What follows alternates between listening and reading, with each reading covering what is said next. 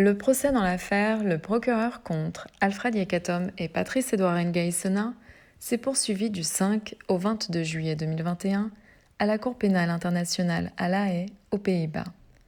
Pendant cette période, 3 témoins ont été appelés par l'accusation afin de comparaître devant la Chambre de première instance 5. Cette chambre est composée du juge-président Bertram Schmitt, du juge Peter Kovacs et du juge Chang Go-chung. Elle a accordé des mesures de protection à certains témoins impliquant le floutage de l'image, la distorsion de la voix et le passage à des huis clos partiels. Le tout afin de protéger l'identité des témoins. Alfred Yekatom et Patrice Edouard Nguesson sont accusés de crimes de guerre et de crimes contre l'humanité commis par les groupes armés anti-Balaka contre la population civile musulmane lors d'un conflit qui les opposait aux groupes armés Seleka en République centrafricaine, dite RCA, en 2013 et 2014. Jusqu'à présent, l'accusation a présenté 12 témoins devant la Chambre.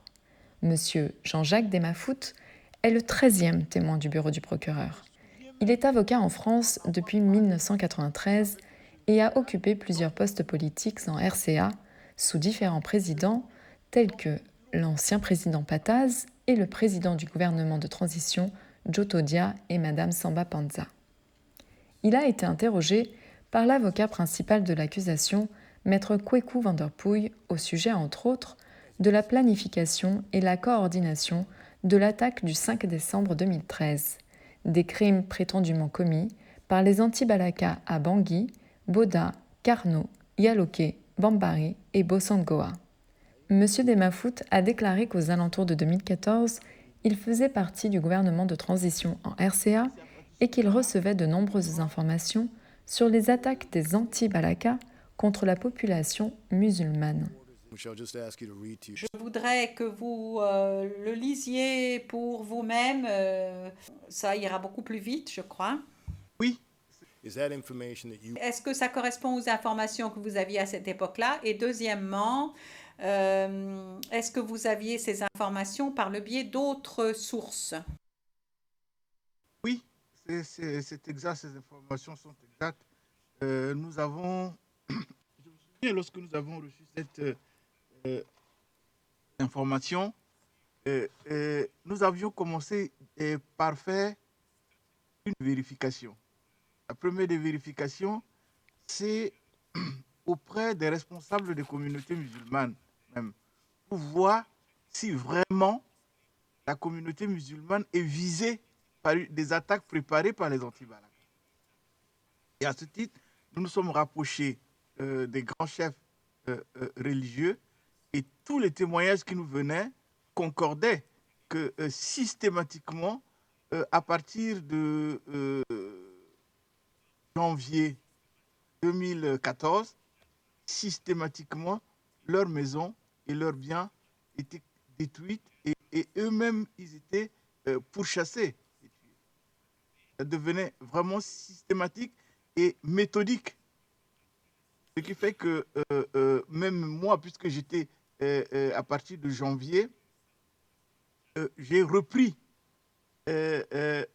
mon ancienne casquette de responsable de sécurité, mais avec Mme Samba Panza, quand elle a été élue le 14 janvier, quand elle a été élue, elle m'a nommé, j'ai quitté les fonctions de DDR et de RSS, mais elle m'a nommé ministre conseiller chargé de la sécurité.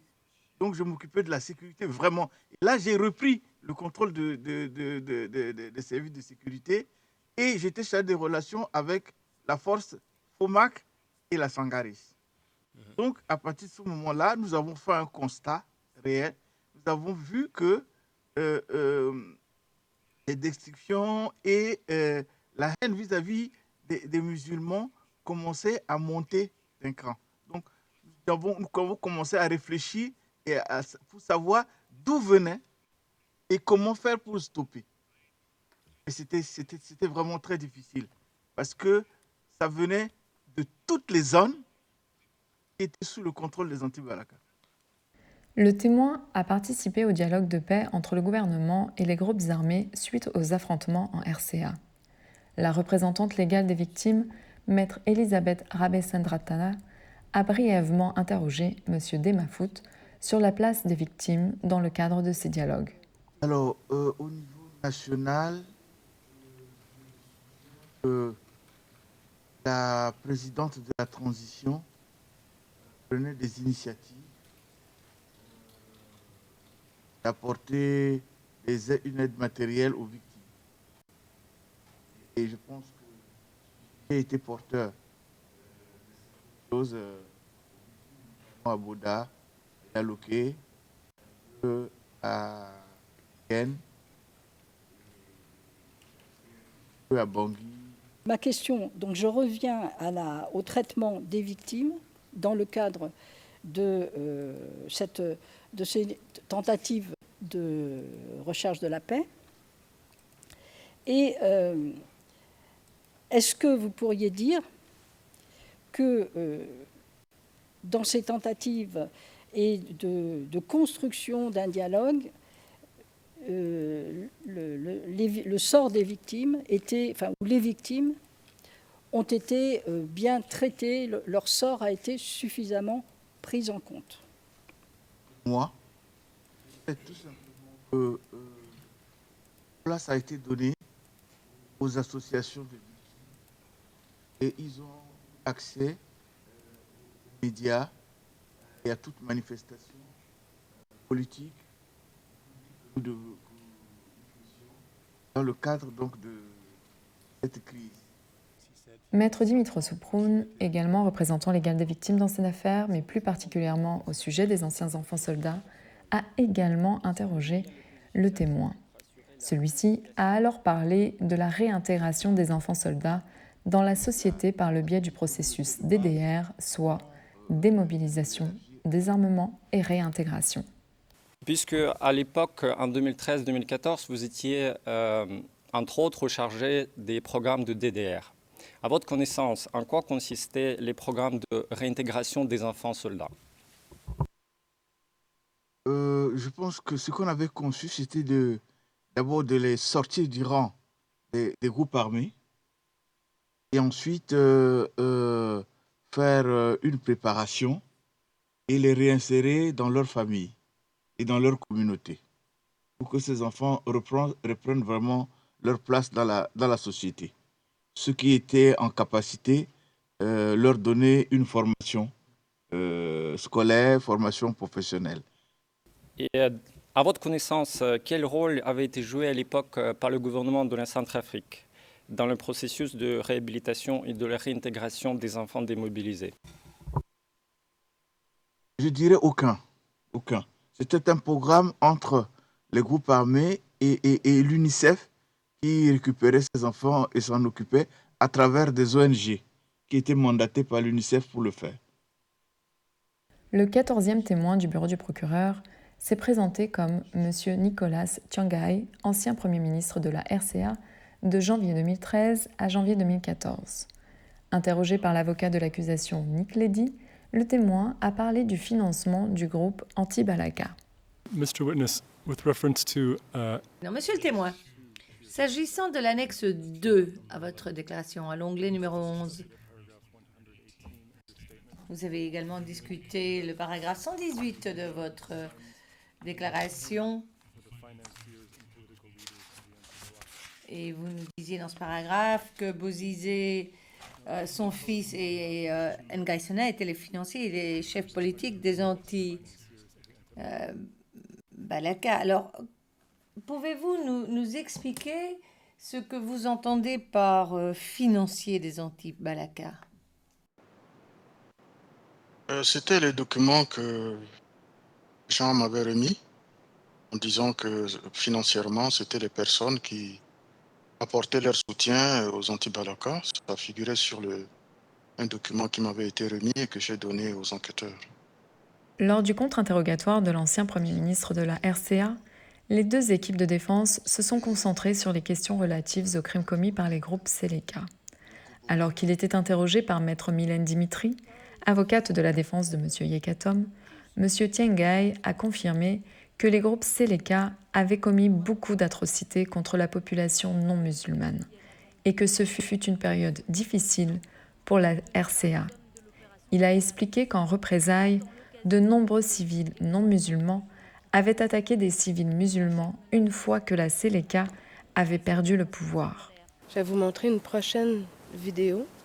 Alors, c'est l'onglet 15 de la Défense, CAR OTP 2074 0075, prise à Bangui le 11 décembre 2013. On va vous montrer la vidéo jusqu'à la 56e seconde. Son transcrit est dans l'onglet 16 du cahier des interprètes et c'est CAR D29 0006 0001 et on va lire de la page 1, ligne 3 à la ligne 20. Ce matin, certains chrétiens s'acharnent encore sur la mosquée de ce quartier. Hier, elle a été mise à sac. Insulte suprême, ils ont déchiré la rage au ventre, les livres du Coran. Ces chrétiens se nomment eux-mêmes les anti-Balaka, les anti-Machef.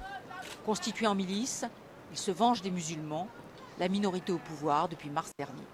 Quand tu jettes un œuf pourri, là c'est fini, tu ne manges plus. Les musulmans sont comme un œuf pourri. Vous allez continuer à vous venger contre les musulmans? Effectivement, jusqu'à la fin, jusqu'à ce que le nettoyage à sec soit dans le pays. On ne veut plus accepter les musulmans encore. Ici, la haine contre les musulmans grandit de jour en jour. La réconciliation entre eux semble bien improbable. Alors, encore une fois, ma question est très spécifique. Dans ce reportage, la journaliste indique que ce sont des anti-Balaka qu'on voit. Est-ce que vous êtes d'accord avec moi que, en fait, c'est la population civile? Je ne suis pas d'accord avec le reportage. Ce n'est pas nécessairement des anti-Balaka. C'est la population qui s'est soulevée au regard des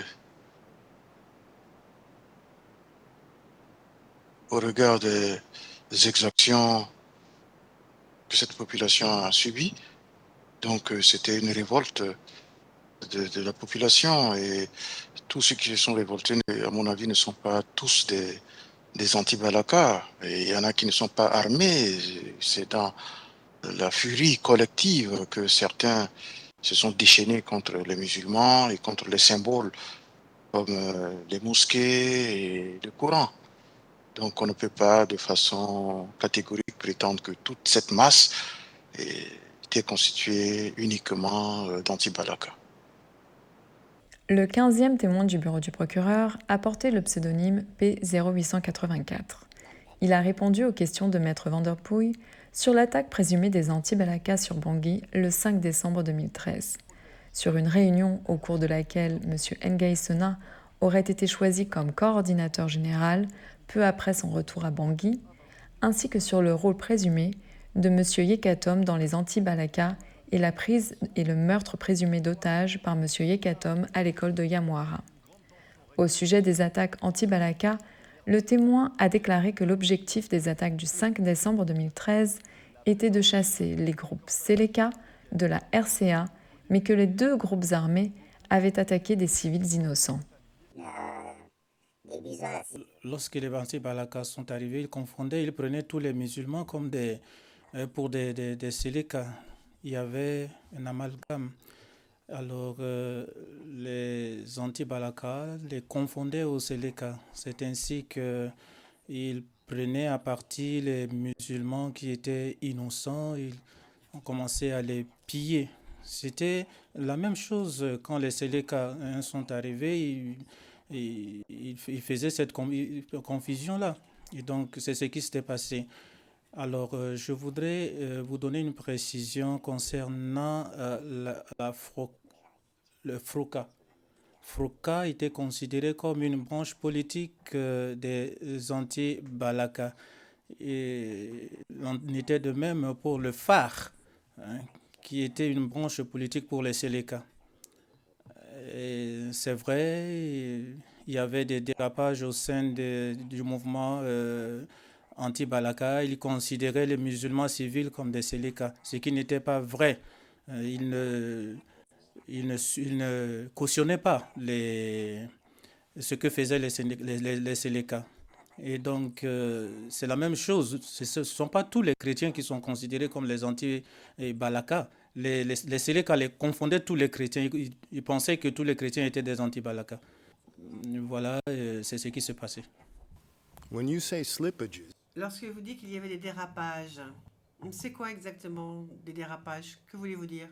Un dérapage, c'est-à-dire même la... S'agissant des Séléka, par exemple, lorsqu'ils rencontrent un chrétien, ils le confondent à Balaka. Donc c'est pourquoi aussitôt ils le tuent. Du côté des Balaka également, lorsqu'ils rencontrent un musulman, ils le tuent. Donc des deux côtés, c'est ce qui s'est passé. Et c'était difficile de mettre fin à cela. Même la communauté internationale ne pouvait pas mettre fin à ces confusions, ces désordres. Et heureusement pour nous, il y avait la Sangaris qui commençait à intervenir, à les départager. S'il n'y avait pas cette force Sangaris, ça allait être autre chose. Ça devait être le chaos. La confusion était de ce côté-là. Après l'accusation, le témoin a également été interrogé par maître Elisabeth Rabensadratana pour les victimes représentées dans cette affaire, par maître Mylène Dimitri, avocate de la défense de M. Kekatom, et par maître Girtian Alexander Knops, avocat de la défense de M. Ngaï Sona. Je vais vous montrer un deuxième extrait de la même déclaration. On lit là que l'enquêteur vous demande ce qu'il y avait à coordonner. Donc, que coordonnait M. Ngaï Sona? Et on trouve là votre réponse, la réponse que vous avez donnée à l'époque. En fait, vous avez répondu, moi je ne sais pas, demandez à M. Ngaï Sona lui-même. Ma question aujourd'hui est, est-ce que vous confirmez votre témoignage aujourd'hui, cette déclaration? La question que vous me posez par rapport à ce document, je crois que j'ai répondu au procureur sur la même question. J'ai été clair dans ma réponse que le coordonnateur est celui-là qui coordonne tout. Il donne de l'ordre, il prend des décisions. Je suis en train de vous donner les mêmes réponses. Avez-vous jamais entendu parler du fait que M. Ngaï Sona avait donné des ordres à des civils pour que ceux-ci procèdent à des attaques en 2013 et 2014? Vous m'avez posé la même question ce matin et j'y ai répondu. À aucun moment, Ngaï Sona m'a parlé d'une attaque qui allait se faire.